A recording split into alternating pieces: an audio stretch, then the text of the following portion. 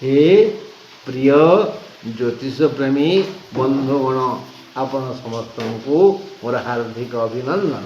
आमे आज आसंता काली सोमवार सजबाज हवा 20 तारीख सोमवार तुला राशि चित्रा नक्षत्र कहीं तुला फास्ट पड़े मेष कौन हजिगला ना कौन है भल पिला नुंटी आगे मेष कहे ना तुला कौन कहले नो नो नो आगे मेष कथा कह ना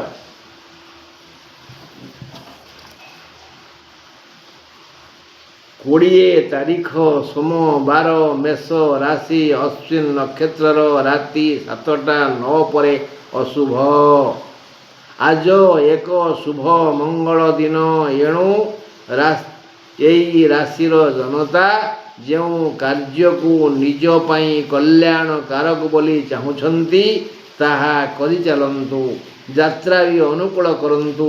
आज कौन सी प्रकार समस्या आसवनी क्षतिर ना गंध नाही दैनंदिन वृत्ति व्यवसाय लाभवान हेवे स्वास्थ्य समस्या नहीं धन कामी जन समुदाय कल्याण हेब उपयुक्त उद्यम द्वारा धन सहज लब्ध हेब चेष्टा करंतु।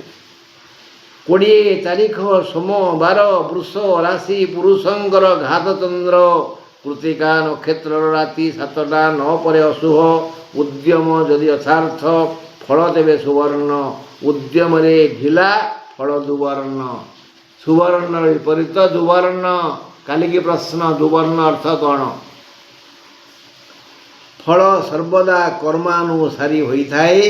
विविध सुख विभिन्न समय आसी आलिंगन करिव धन सम्मान स्वास्थ्य मन लाखी हेब योजनानुसार सुख पाइबे। निष्फलर प्रश्न उठुनी ठिया होई बुणीथिया व्यक्ति आज निश्चय बसिकरी खाइब। उद्यमानुसार धन और विद्या लाभ हेब देह सठिक रहिब कौनसी कार्य बाधा बंधन नहीं। मिथुन राशि 20 तारीख सोमवार मिथुन राशिर घातवार मृगशिरा नक्षत्र राति 7टा 9 पर अशुभ। मिथुन राशि जनतांग पई सबु कार्य आज बाधा बंधन सृष्टि हेब। आय अमल दिग बंद यात्रा निषेध गले हैराण हेबे बंधुरे विरोध हेब देहपा ठीक ठाक रहिबनी पारिवारिक अशांति सृष्टि हेब सामाजिक विरोध रे आपण अस्तव्यस्त हेबे यथा समय बुद्धि काम देवनी एपरिकी संग्रह करथिबा खाद्यरु किछि नष्ट हेब। मिथुनर सबु दिगरु मंद भावी चिंती सही संभाली कार्य कले मिथुन जनता टिके सुख पाइबे। कर्कट राशि 20 तारीख सोमवार कर्कट राशि पुष्या नक्षत्र राति 7टा 9 पर अशुभ। आज अकस्मात पुराणा रोग मुंड टेकिब मन भल लगनी अन्य सबू भल धन और विद्या यथार्थ उद्यम कले आशानुरूप फल पाइबे। भाई भौणी संपर्क में फाट सृष्टि हेब मनोमालिन्य हो पारे पारिवारिक और सामाजिक शांति अच्छी आज आरंभ करथिबा काम पूर्ण हो पारिबनी इत्यादि इत्यादि मिश्रित फल पाइबे। कर्कट राशि सिंह राशि कथा 20 तारीख सोमवार सिंह राशि मघा नक्षत्र राति 7टा 9 पर अशुभ। धनागम सिना हेब हेले मन बोध हेबनी आरंभ करथिबा कार्य परिसमाप्ति पूर्वरु बाधा सृष्टि होई बंद होई जीवो। स्वास्थ्यगत समस्या नहीं आज तुरंत फल पाइबे फल कर्मानुमुखी हेब मने रखिए जे निया गिले से अंगार हगे एणु भल चिंता द्वारा भल कर्म करी भल फल पांतु।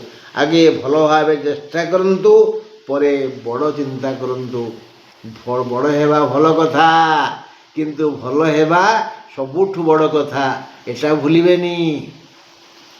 एबे आलोचना करिबा कन्या राशि 20 तारीख सोमवार कन्या राशि उत्तर फाल्गुनी नक्षत्र राति 7टा 9 पर अशुभ। सर्वविध उन्नति हेब बोली जानी कन्या राशि जनता କର୍ମ ଚଞ୍ଚଳ ହୁଅନ୍ତୁ, ଆଳସ୍ୟର ପାଖ ବାଡ଼ନ୍ତୁନି। ଈଶ୍ୱରଙ୍କ ଦୟାରୁ ଆପଣମାନେ କୌଳିକ ମୌଳିକ ପାରିବାରିକ ସୁଖ ଶାନ୍ତି ପାଇବେ, ଆର୍ଥିକ ବିକାଶ ହେବ। ତଥାପି ଏଥିପାଇଁ ଯଥୋଚିତ ଉଦ୍ୟମ ଜାରି ରଖନ୍ତୁ। ଦେହଗତ ଦୁଃଖ ଆଦୌ ନାହିଁ।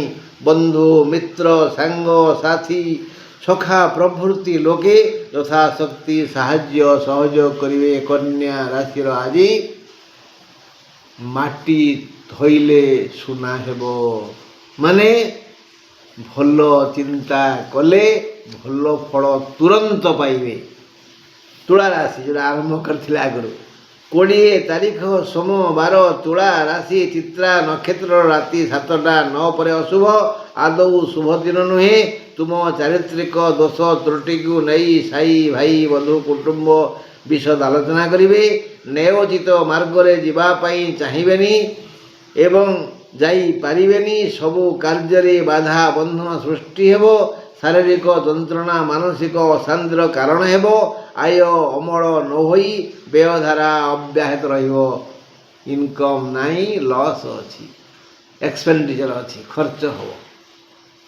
20 ତାରିଖ ସୋମବାର, ବିଛା ରାଶି ଅନୁରାଧା ନକ୍ଷତ୍ରର ରାତି 7ଟା 9 ପରେ ଅଶୁଭ, ଆୟ ବର୍ଦ୍ଧକ ଲାଭ କାରକ ଦିନ।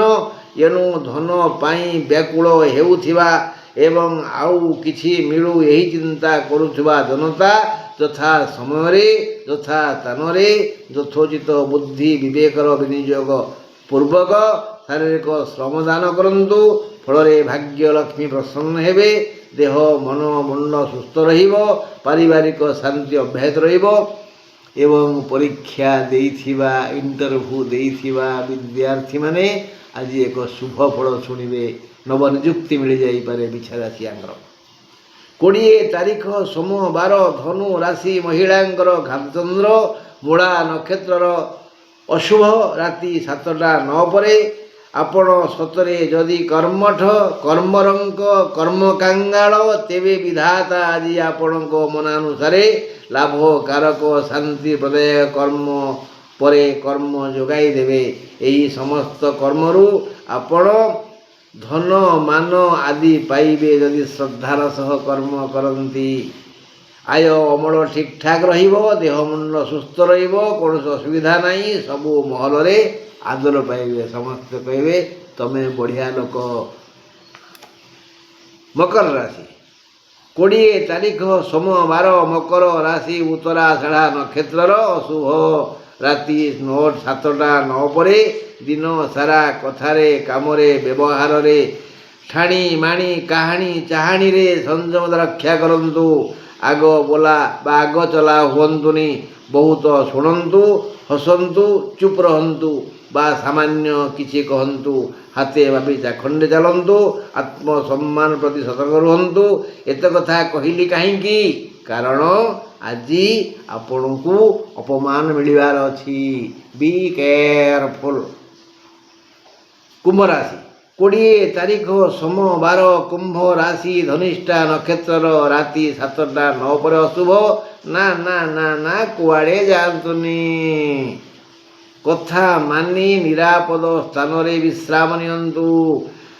ଆଜି ଦେହ ଖରାପ ହେବ। ଆଗ ଦେହ ପରେ କର୍ମ। ଆଗେ ଦେହକୁ ଜଗନ୍ତୁ। ଶରୀର ମାଧ୍ୟମ ଖୋଳଧର୍ମ ସାଧନମ। କାରଣ ଦେହ ଥିଲେ ସବୁ କର୍ମ କରିପାରିବେ, ସୁଖ ଶାନ୍ତି ପାଇପାରିବେ। ଆଜି ଦେହ ଖରାପ ହେବ। ପୁଣି ଥର କହିଦେଉଛି, ପୁରୁଣା ରୋଗୀ ଘାଣ୍ଟି ଚକଟି ହୋଇଯିବେ। ଆୟ ଅମଳ ଘରେ ତାଲା। କୌଣସି ପ୍ରକାର ସୁଖ ଶାନ୍ତି ମିଳିବନି। ଇଷ୍ଟ ସ୍ମରଣ କରନ୍ତୁ, ସିଏ ହୁଏତ ଦୟା କରିପାରନ୍ତି। ତାହେଲେ ଇଷ୍ଟ ଭଗବାନ କାହାକୁ ଦୟା କରନ୍ତି?